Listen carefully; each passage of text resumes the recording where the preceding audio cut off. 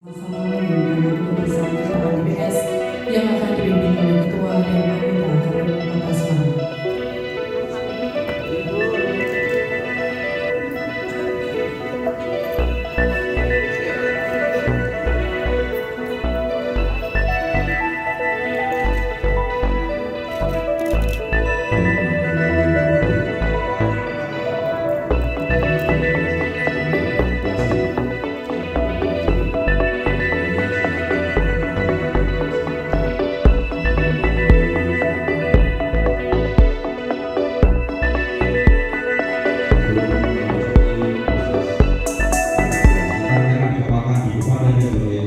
Simbol integritas KPU Purwakarta dalam hitungan ketiga 1, 2, 3. Oke, satu kali lagi 1, 2, 3. Terima kasih Bapak Ibu. Ya, tentunya ini kan merupakan hasil kerjasama juga ya dengan KPU dengan pemerintah Kota Semarang. Artinya adalah bahwa pada saat kemarin dimulainya Antarle ini kan coklit ya, istilahnya di coklit ini kan sejak tanggal 12 Februari sampai dengan 14 Maret 2023 dan ini melibatkan petugas ada sekitar 4.637 di 16 kecamatan dan 177 kelurahan. Saat sekarang ini nanti pleno, saya belum tahu jumlahnya karena masih rahasia katanya, karena belum didok. Jadi nanti untuk jumlah DPS-nya nanti akan diplenokan oleh KPU. Kemudian nanti setelah itu ada DPS HP ya, hasil perbaikan. Kemudian setelah itu DPT, daftar pemilih tetap yang nanti pada tanggal 21 Juni ya tentunya. Kalaupun ada pasti akan terkait dengan pemerintah Kota Semarang dan hal ini kan termasuk juga daftar dari yang meninggal. Ini kan harus ada perbaikan-perbaikan.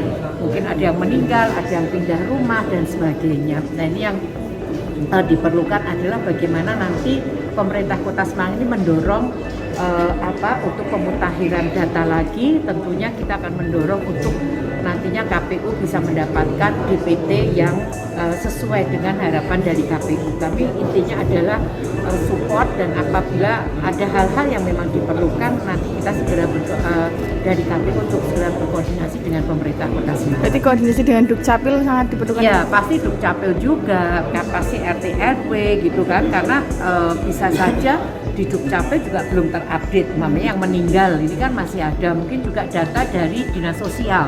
Karena kan mereka juga punya juga kan dari masing-masing dari wilayah-wilayah gitu, sehingga nanti semuanya bisa mungkin masyarakat kan akan tahu, loh ini kan si A udah meninggal kok masih dimasukkan ya sebagai pemilih dan sebagainya. Ya ini check and recheck, tapi tentunya kita akan bersama-sama untuk memberikan support penuh kepada KPU.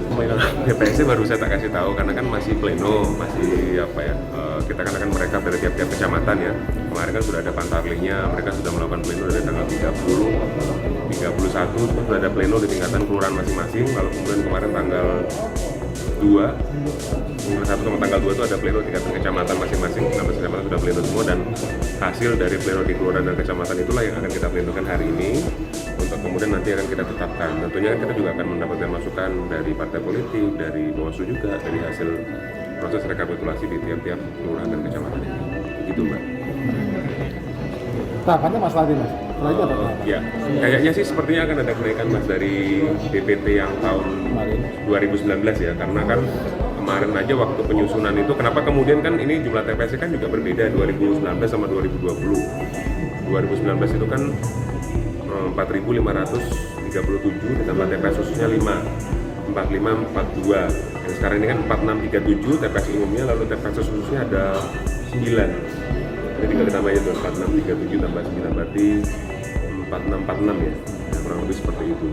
Nah nanti kemudian dari angka itu kan kita juga bisa melihat bahwa ternyata kan ada peningkatan dong, peningkatan dari jumlah TPS-nya meningkat, karena kemarin itu waktu DP4-nya kami terima itu kurang lebih ada peningkatan kurang lebih sekitar 100 ribuan lah jumlah penduduk. Yang ini nanti juga akan berusia 17 tahun di tanggal 14 Februari 2024. Jadi proses rekapitulasi ini juga sudah mengakomodir mereka yang nantinya itu akan berusia 17 tahun di tanggal 14 Februari 2024. Masih DPS masuk kelurahan tuh?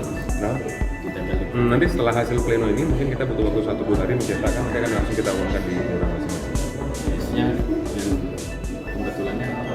Nah, nanti kan setelah itu kan kita akan ada periode kurang lebih sekitar jeda 10 atau setelah lebaran nanti kan ada proses lagi tanggapan masyarakat. Jadi nanti teman-teman misalnya ada yang meninggal dunia, mengetahui ada orang yang meninggal dunia, ada yang kemudian misalnya alih status atau kemudian pindah domisili gitu, nanti bisa dilaporkan untuk kemudian kita melakukan pencoretan. Pun sebaliknya apabila ada yang misalnya merasa bahwa mereka itu sudah berusia 17 tahun tapi kemarin tidak didata. Jadi sebenarnya prosesnya sangat terbuka sekali dan proses ini juga mengakomodir bahwa perbaikan itu bisa dilakukan di tiap jenjang. Jadi halnya itu belum final gitu. Jadi memang di rapat pleno itu justru menjadi sarana kita untuk melakukan perbaikan. Jadi misalnya nanti ada perbaikan di rapat-rapat pleno di kelurahan atau kecamatan itu justru menjadi sangat lumrah karena memang perbaikan itu harusnya dilakukan dalam mekanisme rapat pleno. Berarti ketika belum masuk ke DPS atau data pemilih bagaimana Masih pengurusannya? bisa. Jadi mereka tinggal melaporkan aja ke kelurahan masing-masing, kan ada PPS di kelurahan masing-masing. Kalau mereka ngecek data mereka atau di DPT online juga bisa kan ngecek kan, maksudnya di Sidalik. Nanti kan kita ada aplikasi sistem informasi data pemilih. Kalau dicek namanya belum masuk, dia akan melaporkan, nanti akan kita inputkan. Ikuti update terbaru dari sosial media Tribun Jateng.